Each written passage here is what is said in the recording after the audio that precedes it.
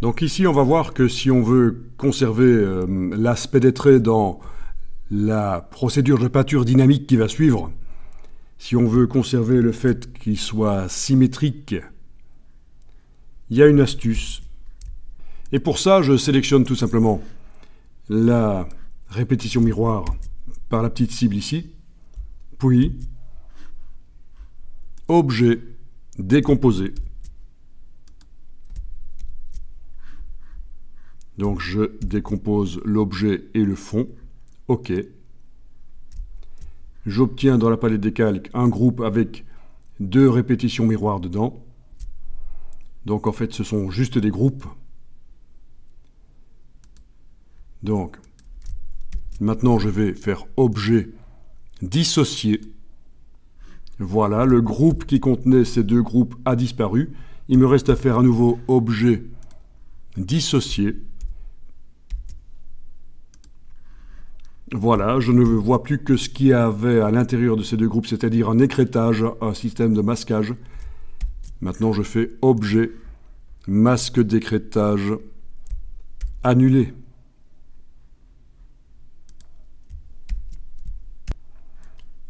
Je me retrouve avec plein de petits groupes. Je peux faire objet dissocié. Objet dissocié. Jusqu'à ce qu'il n'y ait plus aucun des petits groupes. Objet dissocié. Est-ce qu'il y a encore des groupes? Est-ce qu'il me propose objet dissocié? Non, c'est grisé, ça veut dire qu'il n'y en a plus.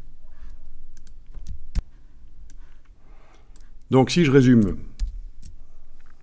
dans ce cas-ci, j'ai fait objet décomposé, puis objet dissocié, à nouveau objet dissocié,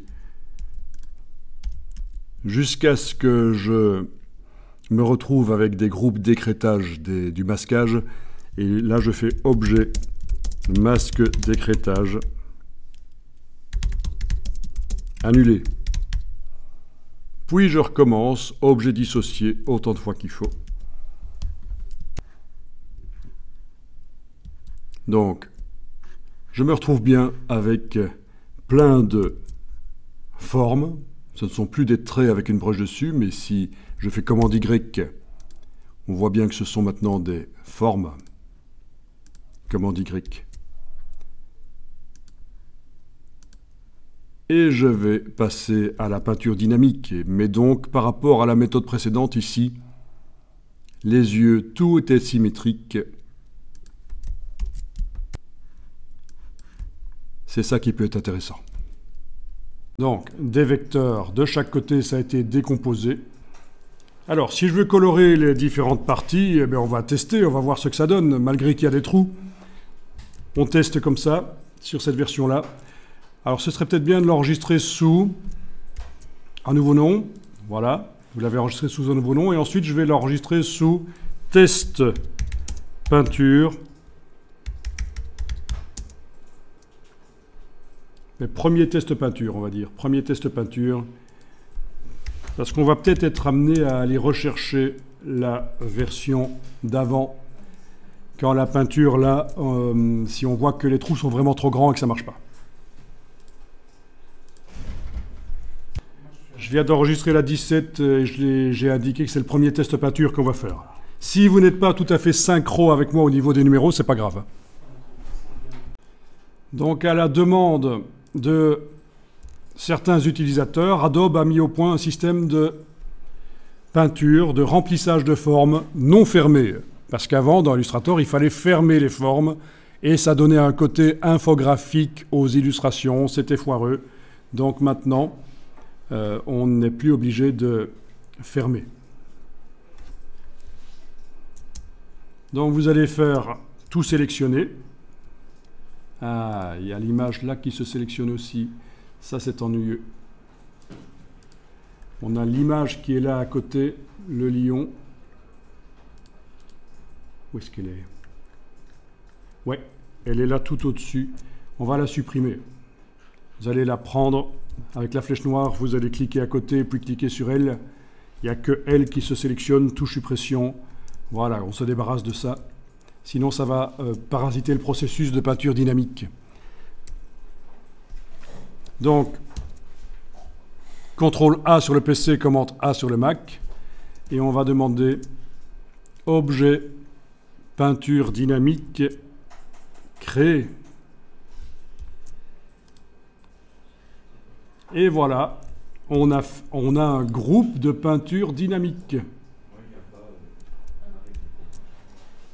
Objet peinture dynamique créé. Il n'y a pas créé. Il a créé, mais on ne peut pas appuyer dessus. Vous avez le mot peinture dynamique qui apparaît dans la palette des calques? Voilà. Ah oui. Bon, c'est que ça a été fait alors. Vous avez bien sélectionné tout avec CTRL A, commande A. OK. Vous avez bien les tracés, pas de groupe, vous avez bien les tracés là comme ça.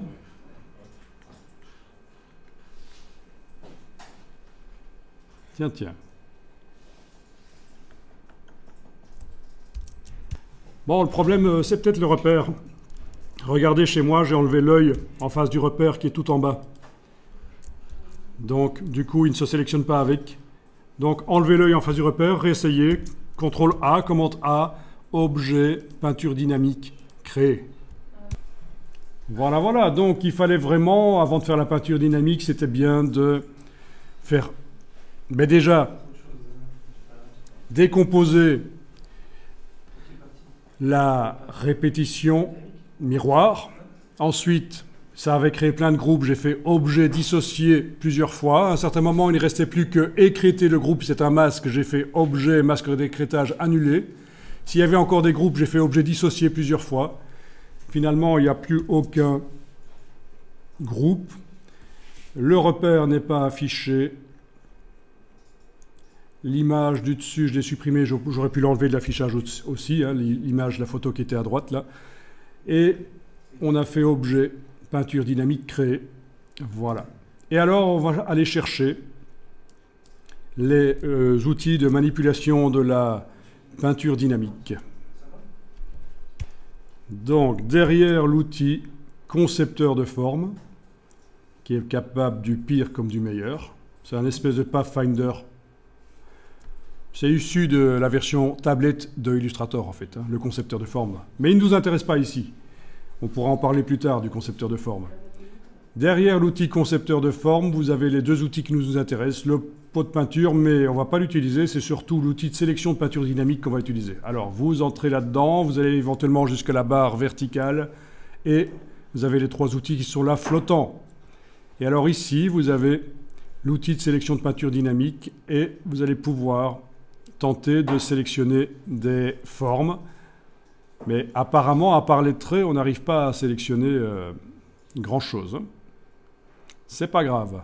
On va aller modifier la manière dont la peinture dynamique fonctionne. Donc, vous avez pu survoler. Est-ce qu'il y a au moins un endroit où vous arrivez à faire une sélection? Oui, là par exemple, là, voilà. Les yeux, ça marche chez vous? Ah oui, les yeux, ça marche aussi. Voilà, avec la touche Shift éventuellement. Non, là, il ne veut pas. Ok, donc les trous sont fort grands. On va tenter d'aller modifier le comportement de la peinture dynamique. Mais je vous dis tout de suite, les trous sont tellement grands que ça risque de ne pas marcher, mais comme ça, vous voyez comment on peut essayer de résoudre le problème. Voilà, il faut absolument sélectionner la peinture dynamique avec la petite cible dans la palette des calques. Et on va aller dans Objet, Peinture dynamique, Option d'espace. Objet, peinture dynamique, option d'espace. Voilà. Donc vous avez un OK à cet endroit-là. S'il est indiqué dans cette boîte par défaut, ça veut dire que vous êtes en train, vous avez oublié de sélectionner la peinture dynamique et vous êtes en train de régler pour la prochaine que vous ferez. Mais s'il est indiqué OK, c'est que vous êtes en train de modifier celle qui existe là et que vous avez sélectionnée. D'accord ? Donc ça, c'est le piège. Oubliez de sélectionner, la boîte est là et on voit que ça ne fait rien du tout. C'est pour la prochaine peinture dynamique, s'il est indiqué par défaut, au lieu de OK. Alors ici, détection d'espace, on va passer en limite de la peinture, décalage personnalisé.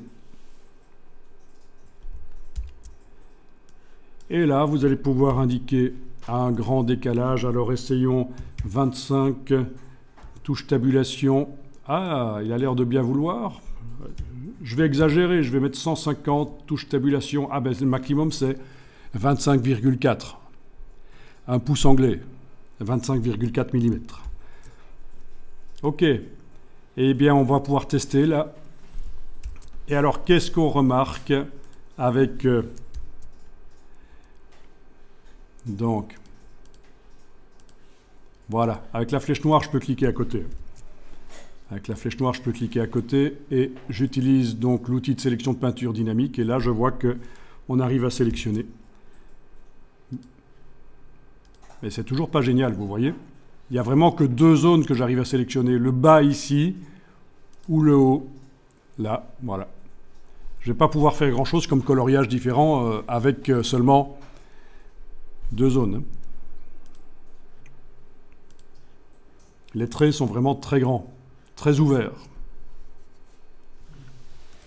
Ok, je vais vous demander d'enregistrer par sécurité.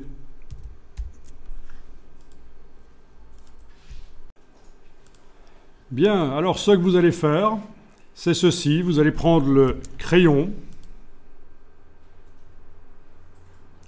Vous allez dessiner des traits noirs, sans couleur de fond. Alors le crayon, il se cache derrière l'outil Shaper. On a le crayon.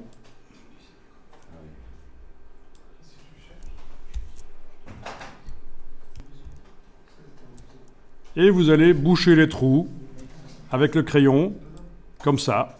Alors je vous rassure, ces traits par la suite ne seront pas visibles, on les fera disparaître.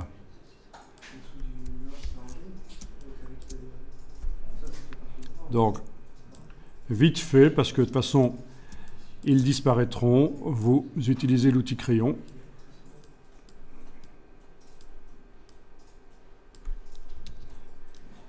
N'hésitez pas à faire un CTRL-Z s'il faut. Je vais le faire juste pour le visage ici du lion et je vais tester après.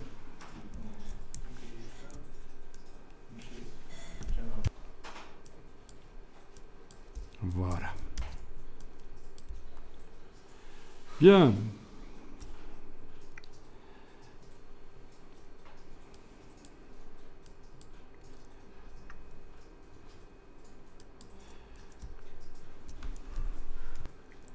Alors tous les traits noirs, comme vous voyez, sont arrivés au-dessus de la peinture dynamique. Ils ne sont pas dedans. Et donc, point de vue sélection, ça ne change absolument rien qu'il soit là ou pas. Si j'utilise l'outil de sélection de peinture dynamique, là, ça ne change absolument rien qu'il soit là ou pas. À votre avis, qu'est-ce qu'on va faire ? On va juste faire ça, clic, majuscule, et les glisser dans le groupe peinture dynamique. Il n'y a pas besoin de les sélectionner physiquement sur le plan de travail en fait. Si on sélectionnait vignette ici, ça va marcher. Donc clic, shift-clic, je prends celui-là, je glisse dans peinture dynamique, et voilà. Ils sont dans le groupe de peinture dynamique. Avec l'outil maintenant sélection de peinture dynamique, j'arrive à sélectionner les différentes parties que je veux. Grâce à ces traits noirs, j'ai cloisonné, mais c'est un cloisonnement temporaire. Je ne vais pas les garder au final, ils sont moches. Ils me servent juste pendant le remplissage. Quand vous avez réussi à faire ça, vous enregistrez quand même le fichier.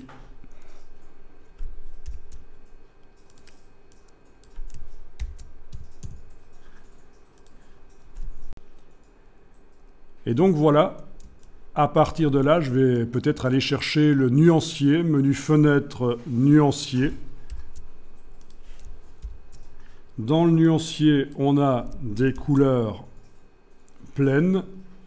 Si je sélectionne avec l'outil de sélection de peinture dynamique un endroit ou l'autre, voilà, je vais pouvoir lui mettre, bien sûr, une couleur ou l'autre. Voilà. Menu fenêtre, nuancier.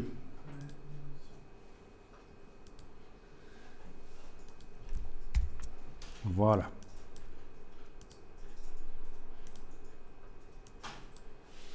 D'accord?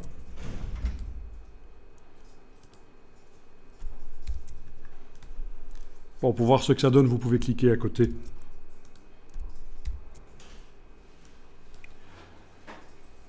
Alors,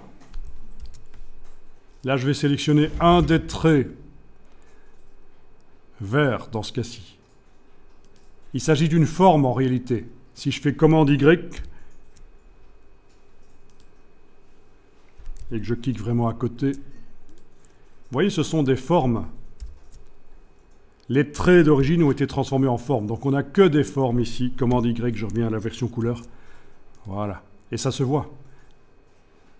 Le fond, c'est pas un contour avec une couleur ici dans le contour, c'est une forme.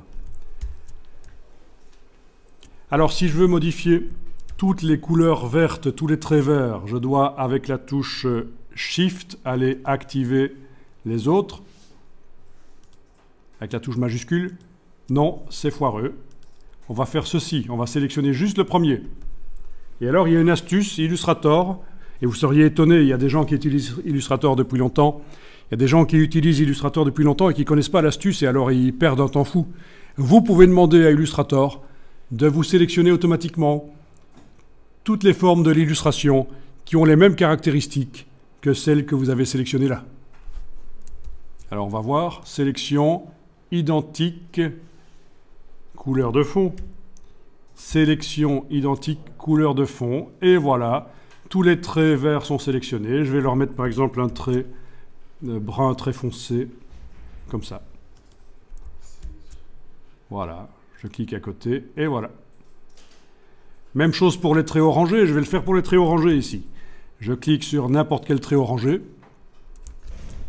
sélection, identique, couleur de fond, et je vais lui mettre autre chose, voilà, et voilà. Bon, là je fais un lion avec des couleurs un peu traditionnelles du lion, mais après on peut délirer, on peut faire des choses plus psychédéliques. Tout ça dépend de la cible. N'hésitez pas à enregistrer de temps en temps. Bien, ça fonctionne chez vous? Ok, je sélectionne la forme principale du visage ici avec l'outil de sélection de peinture dynamique. Je vous rappelle qu'on a affaire à plein de formes qui ne sont pas réellement fermées. On les a visuellement fermées avec des traits noirs, mais physiquement, elles ne sont pas fermées. Et normalement, dans Illustrator, ce n'est pas possible de mettre convenablement une couleur de fond sur une forme non fermée. Je vous montre, ne faites pas. Si au crayon, je fais une forme non fermée, voilà.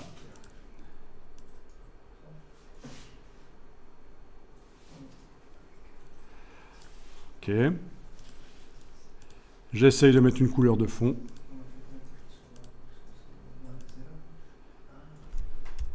Bon, ça fait des choses parfois bizarres, quoi.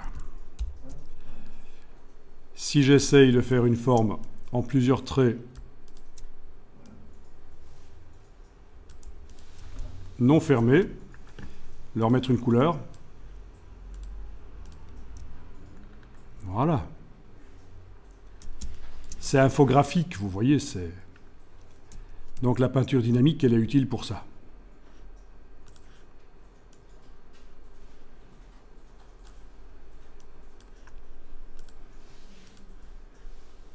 Elle passe outre de ces limitations que normalement on doit fermer les formes pour pouvoir mettre une couleur sur elles.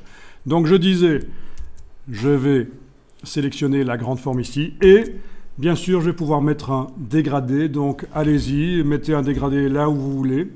Des dégradés, il y en a très peu dans la palette nuancier, mais si je vais en bas à gauche du nuancier, c'est la bibliothèque de nuances. Vous voyez, ça représente des classeurs. Je vais jusque dans le menu, jusque dégradé. J'entre. Voilà, dégradé bois par exemple. Et j'ai une palette de dégradés qui s'ouvre.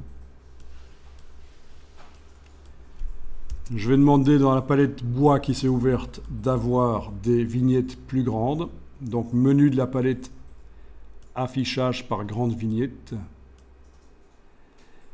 Pour passer aux items qui étaient à la suite dans le menu, j'ai pas besoin de retourner dans la bibliothèque dégradée et d'aller chaque fois là. Il suffit que j'utilise les flèches.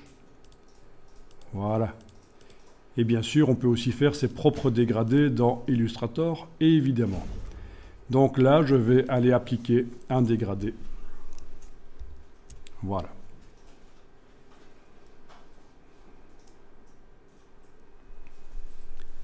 Alors, normalement, quand on met un dégradé, on peut, avec l'outil dégradé ici, venir définir le sens du dégradé. Mais ça ne fonctionne pas ici, parce qu'on est en peinture dynamique. Il faudra essayer plus tard. Il faut reporter cette manipulation du dégradé à plus tard. Voilà, mais vous pouvez tester plusieurs dégradés. Alors, il y a juste un problème, c'est que, comme vous le voyez, on ne voit pas vraiment correctement le dégradé à cause de ce treillis qui m'indique ce qui est sélectionné.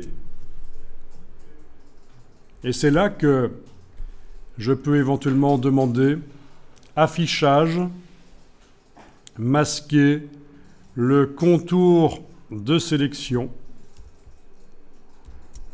Donc c'est commande H sur le Mac, CTRL H sur le PC. Je vais plutôt le faire par le raccourci. Voilà. Vous voyez, si je le fais plusieurs fois, ben je passe de l'un à l'autre. Je passe de l'affichage du treillis et l'affichage sans treillis. Mais malgré tout, ça reste sélectionné. Si je vais changer le dégradé, ça marche. Je teste différents dégradés et je les vois correctement. Bien. Commande H. Donc ce sera utile de voir les treillis quand je vais devoir, avec l'outil ici, aller sélectionner d'autres parties. Mais commande H, ça me permet de voir le dégradé que j'applique. Bien. Alors, menu fenêtre, dégradé de couleur. Vous avez la palette dégradée dans laquelle vous pouvez décider que le dégradé va être de type radial au lieu d'être linéaire. Voilà. Vous pouvez inverser le dégradé, mais ici ça ne va pas faire grand-chose comme différence, mais bon. Je vais plutôt prendre un autre dégradé, par exemple celui-là. Oui. Radial, voilà. Je passe de linéaire à radial. Et avec l'icône ici, je peux inverser toutes les couleurs du dégradé. Voilà. Puis je peux bien sûr bouger les couleurs, ça se voit sur la forme derrière ce que je suis en train de faire. Je peux bien sûr retirer une couleur, je la prends, je l'éloigne, voilà. Je peux double-cliquer sur une couleur. Non, il vaut mieux prendre une couleur du nuancier en fait si vous voulez modifier. Faire la couleur dans le nuancier et la déplacer sur l'échantillon. Vous voyez ? Amusant ça.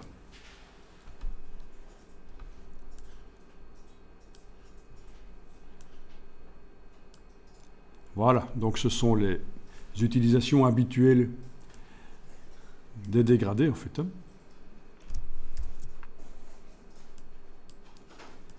vous voyez qu'on a démarré d'un dégradé qu'on a été chercher dans une bibliothèque, mais vous pouvez malgré tout le modifier ici. Et alors vous avez l'angle aussi. Ça va marcher, je pense. Mais sauf pour un dégradé radial, c'est idiot, il n'y a pas d'angle.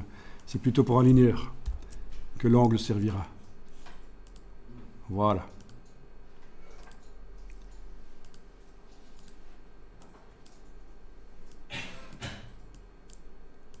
Mais on ne voit pas trop. Moi, je le ferai après l'angle. Je m'occuperai de l'angle après. Ce sera mieux. Ouais, dès que j'ai touché à l'angle, ça a foutu en l'air tout. Donc, touchez pas à l'angle. Dans la palette dégradée, ça marche pas. Bien. Et le troisième type de dégradé qui vient d'apparaître il y a moins de 6 mois ne fonctionne pas. Il fonctionnera après quand on aura décomposé la peinture dynamique, mais là, on a un panneau qui est interdit. Voilà. Ok, donc n'hésitez pas à enregistrer. Et alors, on va maintenant mettre un motif. On va voir qu'on peut mettre un motif.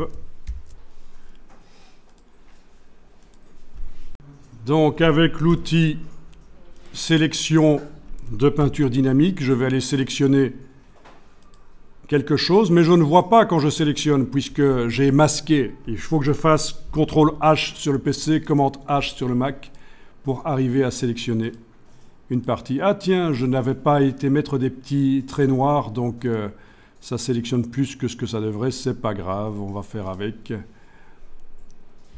Voilà, on va dire que je vais mettre le motif.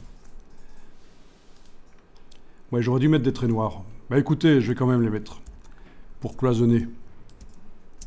Très noir. Noir, on a dit. Voilà. Avec le crayon.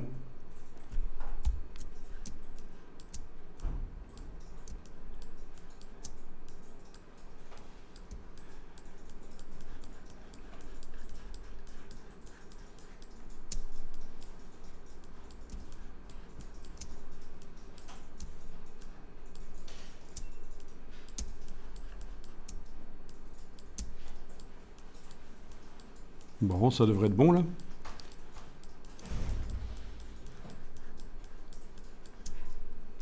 Palette décalque. Clic, Shift-clic. Déplacer dans la peinture dynamique. Est-ce que ça va fonctionner? Oui, ça fonctionne. J'arrive à sélectionner maintenant les différentes formes de manière isolée. Grâce au cloisonnement, les petits traits noirs que j'ai été mettre et que j'ai déplacés dans le groupe de peinture dynamique. Donc c'est assez génial comme utilisation de Illustrator, la peinture dynamique. Ça fait en fait plus de 15 ans que j'ai des groupes qui sont en formation Illustrator et à chaque fois je leur dis: vous avez bien fait de commencer maintenant à utiliser Illustrator parce qu'il devient agréable à utiliser, c'est moins chipot qu'avant. Ça devient plus fun en effet, c'est moins prise de tête. Ok, donc j'en étais là. Sélection de peinture dynamique, je vais sélectionner cette partie-là, ok. Uniquement cette partie-là. Ou plutôt, je vais le mettre sur l'extérieur, ce sera mieux. Voilà, ça, plus avec la touche Shift, la partie de droite, plus avec la touche Shift, la partie du bas. Voilà, c'est donc toute la couronne, en quelque sorte, de la crinière, l'extérieur que j'ai sélectionné. N'oubliez pas que les traits noirs, vous avez dû les déplacer dans le groupe de peinture dynamique pour qu'ils soient pris en compte par l'outil de sélection. Et alors là, on va aller chercher des motifs, parce que dans le nuancier, il y en a finalement très peu. On peut bien sûr en faire soi-même. Il y en a des millions sur le web disponibles, puisqu'en fait, les motifs sur le web vectoriels et pixels peuvent être utilisés. Donc tous les motifs pour Photoshop et d'autres logiciels pourraient être utilisés. Alors en bas à gauche, dans le nuancier, on va utiliser les motifs qui sont livrés avec Illustrator. Motifs décoratifs, héritage décoratif par exemple. Même chose dans la palette qui vient de s'ouvrir. Je demande affichage par grande vignette. Alors, vous avez la palette suivante. Donc, je vais quand même en appliquer un d'ici. Il y en a qui sont transparents, ils ont des trous. Par exemple, ici, les losanges, c'est des trous. Les blancs, c'est pas des losanges blancs, c'est du vide. Donc, si on place l'élément au-dessus d'un fond coloré, on verra le fond coloré à travers les trous losanges. Donc, les motifs, c'est dans le nuancier, en bas à gauche, à motif, et j'ai été dans décoratif, héritage décoratif, et ça m'a ouvert la palette. J'ai agrandi les vignettes et là je suis en train de tester différents motifs et pour vraiment voir ce que ça donne, CTRL H ou commande H. Alors les motifs, il est normalement possible bien sûr de modifier leur dimension, leur orientation, mais pas ici. Il faudra faire ça sur la peinture dynamique décomposée. Donc pour l'instant, on ne peut juste que les appliquer et imaginer ce que ça donnera quand on les verra. Bien.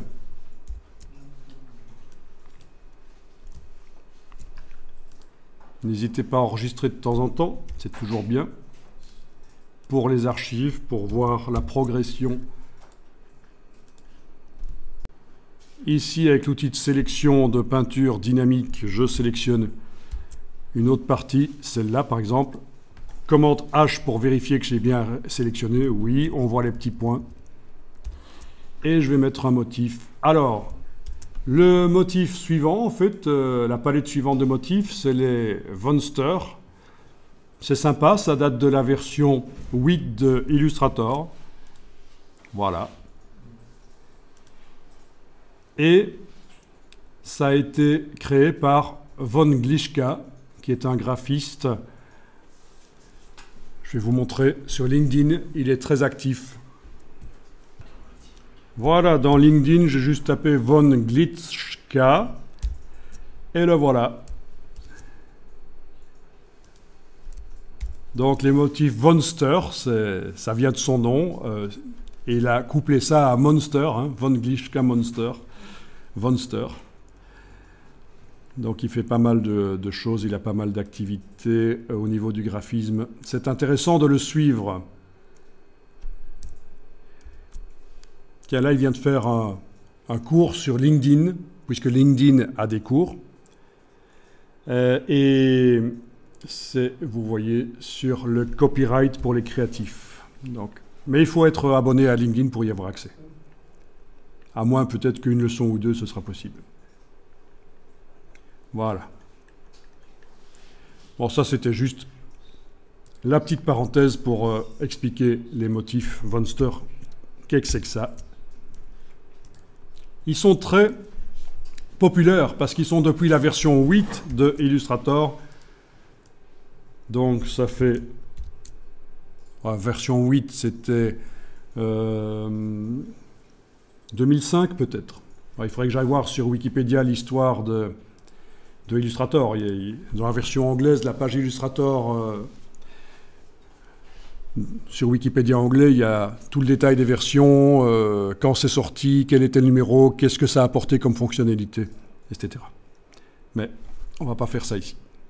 Vous avez testé, avec l'outil de sélection de peinture dynamique, de sélectionner un trait et demander sélection identique, couleur de fond, et puis lui mettre éventuellement un dégradé ou un motif.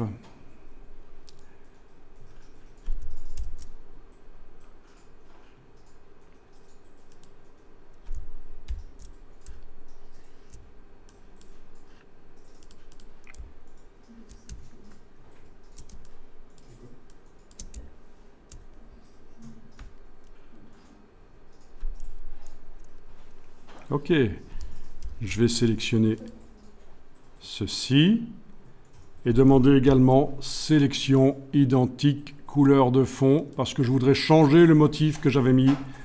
Je voudrais le changer pour autre chose. Et donc je vais aller chercher d'autres motifs. Ah oui, il y a des choses très intéressantes pour faire du pop art.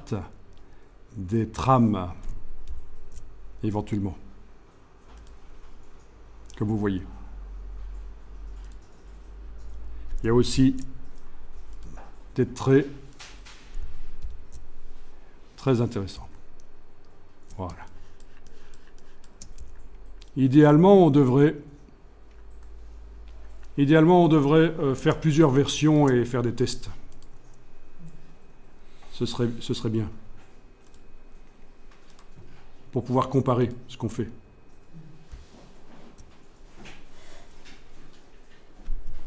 C'est ce que vous devriez faire, en fait. Comparer, faire plusieurs versions côte à côte, c'est-à-dire prendre tout ça, avec éventuellement, donc oui, on pourrait aussi prendre ceci, l'outil plan de travail, avec l'option là au-dessus, cocher, qui va dire que les illustrations vont bouger avec, et touche Alt pour le dupliquer et continuer, faire une autre version ici, vous voyez. Bon, idéalement, ça devrait être ça. Quoi qu'il en soit, enregistrer le fichier, et on va voir ce qui se passe quand on décompose.